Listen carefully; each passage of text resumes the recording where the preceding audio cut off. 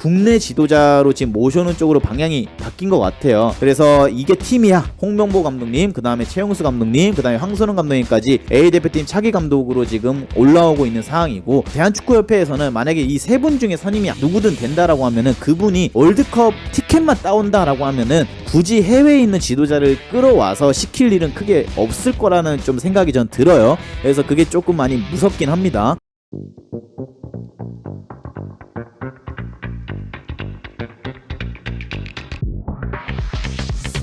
지금 새로운 감독으로 국내 감독이냐 아니면 해외 감독이냐 쪽으로 입이 좀 모아지고 있는데, 어쨌든 오늘 한 매체에서는 기사를 보면은 해외 감독을 다시 뽑을 생각은 크게 없는 것 같고요. 잠깐이라도 이 대표팀을 좀 추스릴 필요가 있다 생각을 하셨는지 대화가 제대로 되고 우리나라 대표팀에 대해서 정확히 알고 있으신 국내 지도자로 지금 모셔오는 쪽으로 방향이 바뀐 것 같아요. 그래서 이게 팀이야. 홍명보 감독님, 그 다음에 최용수 감독님, 그 다음에 황선홍 감독님까지 A대표팀 차기 감독으로 지금 올라오고 있는 상황이고, 요 3명의 지도자 중에 한 명이 될 확률이 매우 높다라는 얘기가 지금 현재 나오고 있어요. 근데 지금 홍명보 감독님 같은 경우에는 어쨌든 울산 현대가 지금 시즌을 벌써 시작했습니다. AFC 챔피언스 리그로 시작을 했고, 최용수 감독님, 황선홍 감독님, 최용수 감독님은 지금 현재 쉬고 계세요. 뭐 나쁘게 말하면 윗아웃 클럽, 지금 클럽이 없는 상황이고, 황선홍 감독님은 이번 해에 열리게 되는 파리올림픽을 준비를 하셔야 되기 때문에 요 세 분 중에 누가 될지는 저는 잘 모르겠는데, 솔직히 말씀드리면 홍명보 감독님은 근데 저는 이게 지금 이 타이밍에 홍명보 감독님을 갑자기 또 모셔오는 거는 이 감독님과 울산 현대라는 팀에게 좀 신뢰가 된다라고 저는 생각을 해요. 그래서 홍명보 감독님이 일단은 그냥 본인 소속팀에서 더 많은 시간을 보낼 수 있게 좀 배려를 해줘야 된다, 저는 이렇게 생각을 하고, 그 다음 후보인 최용수 감독님도 물론 K리그에서 엄청난 업적을 남겨오셨고, 그리고 꽤 오랜 시간 지도자 생활을 해오신 분입니다. 그래서 지도자 커리어만 봤을 때는 뭐 국대 감독으로 충분히 거론이 될 수 있는 분이라 생각을 하지만, 최용수 감독의 마지막 지도자 커리어였던 강원FC에서의 기록들을 보면은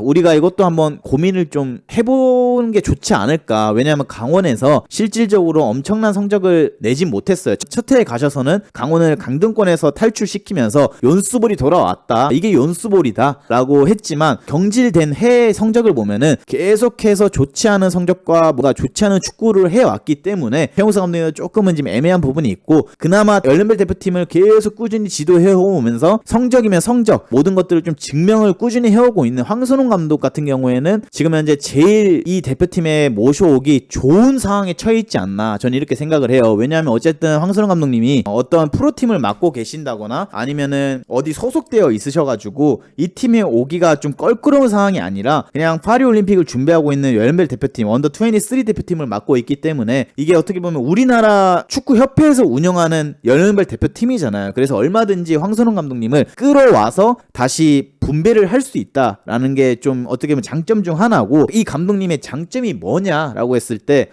솔직히 냉정하게 말씀드리면은 그냥 우리나라 축구를 그 누구보다 잘 알고 전술적으로 뛰어나냐 했을 때 그건 좀 아니라고 저는 생각을 해요. 물론 전술적으로 뛰어난다고 다 좋은 감독은 아니죠. 왜냐하면 전술이 크게 없어도 맨 매니지먼트를 정말 잘해서 좋은 성적을 내는 지도자들도 있기 때문에. 그리고 황선홍 감독님이 어쨌든 성적으로 증명을 하긴 했잖아요. 요번에 아시안게임 나가서 금메달도 목에 걸었고, 그런 것들을 봐서는 어떻게 이게 보면 임시 감독 체제니까 황선홍 감독이 올 확률이 매우 높을 거라고 저는 생각을 하고, 만약에 황선홍 감독이 온다라고 했을 때 처음은 우리가 임시 감독으로 시작을 할 수 있는데, 이게 계속 지속이 돼가지고 갑자기 창성 감독이 잘하잖아요. 만약에 태국전도 이기고 우리가 승리를 쌓아 나가다 보면은 여론이 또 바뀔 수도 있는 거잖아요. 황 감독님으로 우리가 월드컵까지 준비하는 게 어떻겠냐, 이렇게 된다라고 하면은 그때 가서는 우리가 또 어떤 생각을 해봐야 될까라는 좀 의문점을 남깁니다. 황선홍 감독님이랑 우리가 월드컵을 준비하는 게 맞을까라는 거를 좀 생각을 깊게 해봐야 되는데, 대한축구협회에서는 만약에 이 세 분 중에 선임이 누구든 된다라고 하면은 그분이 월드컵 티켓만 따온다라고 하면은 굳이 해외에 있는 지도자를 끌어와서 시킬 일은 크게 없을 거라는 좀 생각이 전 들어요.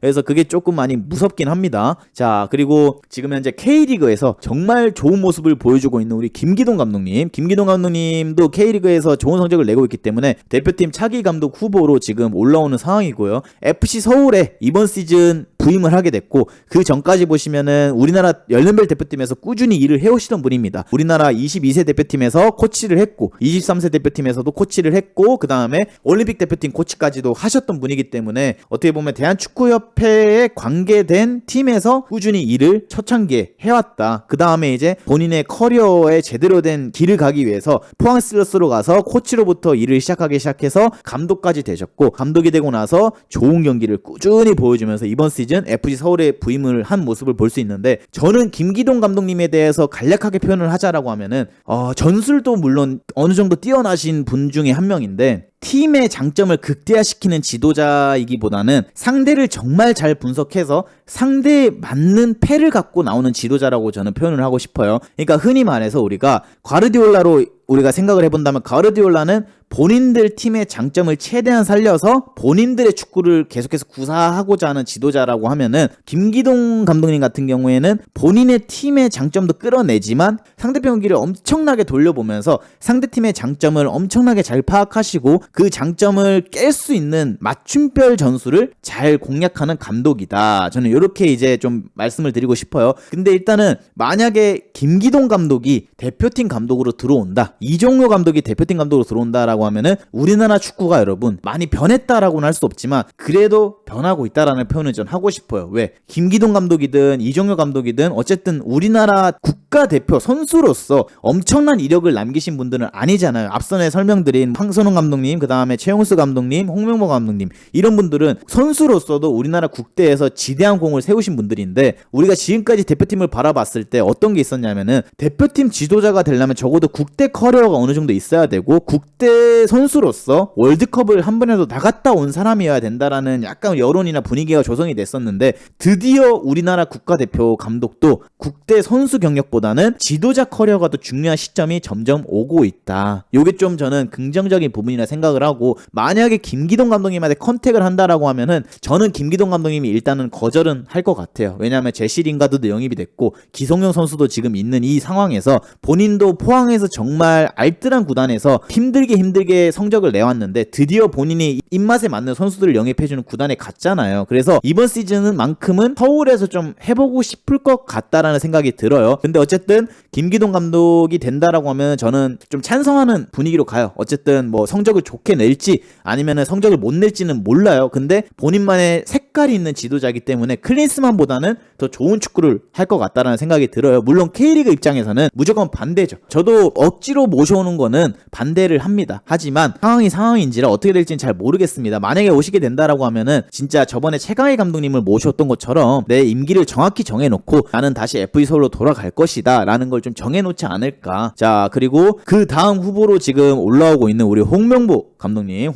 같은 경우에는 뭐 국대 경력은 말할 것도 없죠. 계속해서 우리나라 연령별 대표팀을 차근차근 밟아오시면서 코치로서 커리어를 시작한 게 아니라 처음부터 이제 매니저, 그러니까 즉 감독으로 시작했어요. 그러니까 이게 어떻게 보면은 선수 경력이 화려한 분들의 지도자 시작점이 다르다는 거죠. 여기 보시면 김기동 감독님은 선수로서 국대 커리어가 화려하지 않다 보니까 코치로서 계속 하다가 감독이 되신 거고, 홍명보 감독님 같은 경우에는 처음부터 감독으로서 연맹 대표팀을 꾸준히 맡아오신 거를 알 수가 있죠. 그래서 우리나라 20세, 23세, 그리고 올림픽 대표, 그리고 대망의 우리나라 국가대표 감독까지 역임을 하셨고, 그리고 여기 이제 항저우 그린타운이라는 팀인데 중국 1부 리그 지도자도 하셨고, 그리고 난 뒤에 이제 또 한국에 오셔가지고 대한축구협회 전무로 부임을 하셨고, 전무 임기가 끝나고 난 뒤에는 다시 본인의 지도자 커리어를 진행하기 위해서 울산 현대 감독으로 가서 꾸준히 계속해서 좋은 성적을 내고 있습니다. 근데 홍명보 감독님에 대한 안 좋은 여론이 있으신 분들의 주장을 들어보면은, 홍명보 감독님이 우리나라를 이끌고 나갔던 브라질 월드컵에서의 그 성적을 많이 기억을 하시더라고요. 그래서 홍명보 감독님을 다시 데려오긴 너무 이르다. 좀 더 울산에서 무르익고 난 뒤에 차후에 홍명보 감독님을 차기 대표팀 감독으로 부르는 게 좋지 않냐. 굳이 지금 이 상황에서 홍명보 감독을 불렀다가 여기서 만약에 홍명보 감독이 다시 한번 도전한 대표팀에서 좋은 성적을 못 낸다라고 하면은 그때 돼서는 홍명보 감독님에게도 안 좋은 영향력이 생긴다라고 하더라고요. 그래서 저도 그 의견에 진짜 찬성을 해요. 왜냐면은 때라는 게 있잖아요. 사람이 다 그 기회가 올 때가 있고, 그 다음에 내가 그 기회를 받아야 될 때가 있는데, 앞으로 한 2, 3년 정도는 소속팀에서 팀에서 조금 더 자리를 잡고 좀 성적도 잘 내고 있잖아요. 그래서 좀 경험이 더 쌓이고 그 다음에 연륜이 더 쌓였을 때 그 다음 월드컵을 준비할 때 우리가 홍명호 감독님을 모셔온다라고 하면은 정말 좋은 성적을 낼 수 있다라는 생각이 전 좀 들기 때문에 지금은 좀 시기가 좀 맞지 않다라고 생각을 해요. 그런데 제가 봤을 때는 홍명호 감독님을 무조건 모셔와야 된다는 여론이 팽팽해요. 지금 국가대표 측에서도 그렇고 대한축구협회에서도 무조건 홍 감독님을 모셔와야 된다라는 여론이 빽빽하기 때문에 과연 홍명호 감독님한테 온 이 제안을 홍명호 감독님이 거절을 할 수 있을지는 좀 지켜봐야 되고, 그리고 소속팀이 지금 현대잖아요. 그러다 보니까 우리나라 축구협회를 이끌어가는 기업 중 하나가 또 현대예요. 그래서 현대가에서 이 감독님을 모셔오는데 크게 어려움은 안 생길 것 같은데 과연 이 감독님이 이거를 잘 거절을 할 수 있을지는 좀 지켜봐야 된다. 그리고 전술적인 측면, 맨 매니지먼트, 선수단 기강 잡는 거 이런 거는 부족한 부분이 많이 없습니다. 왜냐면은 그 누구보다 선수들을 잘 알고 있고 선수들 기강도 확실하게 잡을 수 있는 분이고 카리스마도 있으시고요. 그리고 전술적인 부분도 저는 작년부터 울산현대 경기를 꾸준히 봐오면서 느낀 걸로는 K리그 내에서만큼은 좋은 전술을 갖고 있는 지도자라고 저는 생각을 해요. 그리고 홍명호 감독님 아래쪽에 있는 그 코칭 스태프다 보면은 대표적으로 이케다 세이코라는 일본인 코치가 있습니다. 그 코치님도 올림픽 대표팀도 함께 했었던 분이고 상당히 능력이 있으신 분이기 때문에 저는 홍명호 감독한테는 신뢰가 될 수도 있지만 지금 임시 감독으로서는 이만한 지도자가 없다. 요걸 좀 말씀을 드리고 싶고, 자, 그 다음 지도자 후보로는 이제 광주FC의 새로운 지금 바람을 넣고 있는 이정효 감독입니다. 일단 이분으로 간단하게 말씀드리면은 카리스마 상당하십니다. 카리스마 있고요. 내 말 안 듣거나 내 의견에 반대되는 선수가 있거나 혹은 반란을 일으키는 선수 있으면은 단칼에 그 선수를 버려버립니다. 대표적으로 일단은 이찬동 선수라고 브라질에서 열린 올림픽에 신태용호에도 갔다 온 선수였고, 이찬동 선수는 그리고 광주에서도 꽤 오랜 시간 활약을 했고 나름 광주에서 고액 연봉자로서 활약을 했던 선수인데 그때 당시 과감하게 신인이었던 정호연이라는 선수를 기용을 하고 이찬동이라는 선수를 벤치로 내려앉힌 게 또 이정효 감독이에요. 그래서 내 전술이 확고하고 나만의 축구 컬러가 확고하신 분이기 때문에 내 전술 안에서 뛸 수 없는 선수들은 매정하게 내치는 지도자입니다. 그렇기 때문에 일단 이 감독님은 김기동 감독이랑은 좀 다르게 본인만의 확고한 축구가 있고 본인만의 전술이 있기 때문에 상대를 분석하는 건 그 차후이고 본인의 축구를 잘 구사하고 그 이후에 승리를 가져오는 지도자다. 그래서 김기동 감독은 상대를 잘 분석하고 상대 분석에 맞는 전술을 구사하는 감독이라고 하면은 이정효 감독은 내가 속한 소속팀에 내 전술을 확실하게 입혀서 승리를 가져오기 위한 감독이다. 이렇게 전 좀 말씀을 드리고 싶고, 선수단 장악을 광주에서는 잘하는 게 맞아요. 근데 우리가 그건 좀 바라봐야 됩니다, 여러분. 그레이엄 포터로 제가 예를 들게요. 첼시 감독까지 했던 그레이엄 포터가 첼시에서 선수단 장악을 잘 못했다라는 썰이 있어요. 물론 테나우도 마찬가지고요. 이 셀링 클럽, 즉 돈이 없는 시민구단 같은 곳에서 정말 좋은 카리스마를 보여주고 좋은 성적을 내는 지도자들이 스텝업을 해서 정말 빅클럽으로 갔을 때 좋은 성적을 못 내는 지도자들이 꽤 있습니다. 그 이유가 뭐냐? 이 시민구단에는 말 그대로 인건비가 상당히 적기 때문에 간절한 선수들이 많아요. 그러니까 고액 연봉자보다는 적은 연봉을 받고 뛰는 선수들이 많기 때문에 이 팀에서 최대한 감독에게 의지하고 감독 말을 잘 따라서 경기를 나가야 되고, 그 경기를 나가서 자기가 자기 몸값을 올려야지만 좋은 팀으로 가서 더 좋은 대우를 받을 수 있다는 걸 알아요. 그렇기 때문에 이 감독의 말을 확실하게 듣습니다. 근데 빅클럽에 있는 선수들은 뭡니까? 자기만의 다 곤조가 있고 자기만의 커리어가 있기 때문에 어느 정도 좀 리스펙을 할 수 있는 지도자가 오지 않는 이상은 선수들을 장악을 잘 못해요. 그렇기 때문에 선수들이 막 반란을 일으키기도 하고요. 그렇기 때문에 이정효 감독이 광주에서는 선수단 장악이 가능했어요. 근데 국가대표팀, 우리나라에서 제일 축구 잘한다는 선수들이 온 이 팀에서 손흥민 선수, 이강인 선수들을 장악할 수 있을까? 요거는 좀 우리가 아직까지 좀 미지수예요. 근데 만약에 그 선수들을 장악하지 못하게 된다라고 하면은 이거는 대표팀 성적에 다시 한번 문제가 생길 수 있고, 우리 미래의 차기 국가대표 감독 후보로서 정말 지금 입지를 다지고 있는 이정효 감독의 지도자 커리어에 있어서도 타격이 큽니다. 그래서 요 부분은 우리가 좀 생각을 좀 해봐야 된다. 전술은 뛰어나지만 아직까지 이런 빅클럽에서 빅네이밍 선수를 맡아본 적은 없는 지도자라서 그건 어떻게 될지는 잘 모르겠는데, 빅클럽에 갔을 때 좀 유연하게 선수들을 대할지 그건 좀 우리가 지켜봐야 되는데 아직까지 그 부분이 검증되지 않은 게 조금은 마음에 걸리긴 한다라고 저는 생각을 합니다. 그래서 이정효 감독도 일단 2027년까지 재계약을 했거든요. 그래서 지금 당장 이정효 감독을 K리그에서 끌어오는 것도 K리그 흥행에 있어서 좀 먹칠을 하는 부분이 있다, 이렇게 좀 보입니다. 그리고 김학범 감독님, 대망의 학범슨이죠. 김학범 감독님 같은 경우에는 우리나라 연령별 대표팀도 꾸준히 이끌어왔고 올림픽 대표팀도 꾸준히 이끌어왔기 때문에 저는 충분히 국가대표 감독으로서 후보로 오를 자격이 있다 저는 생각을 해요.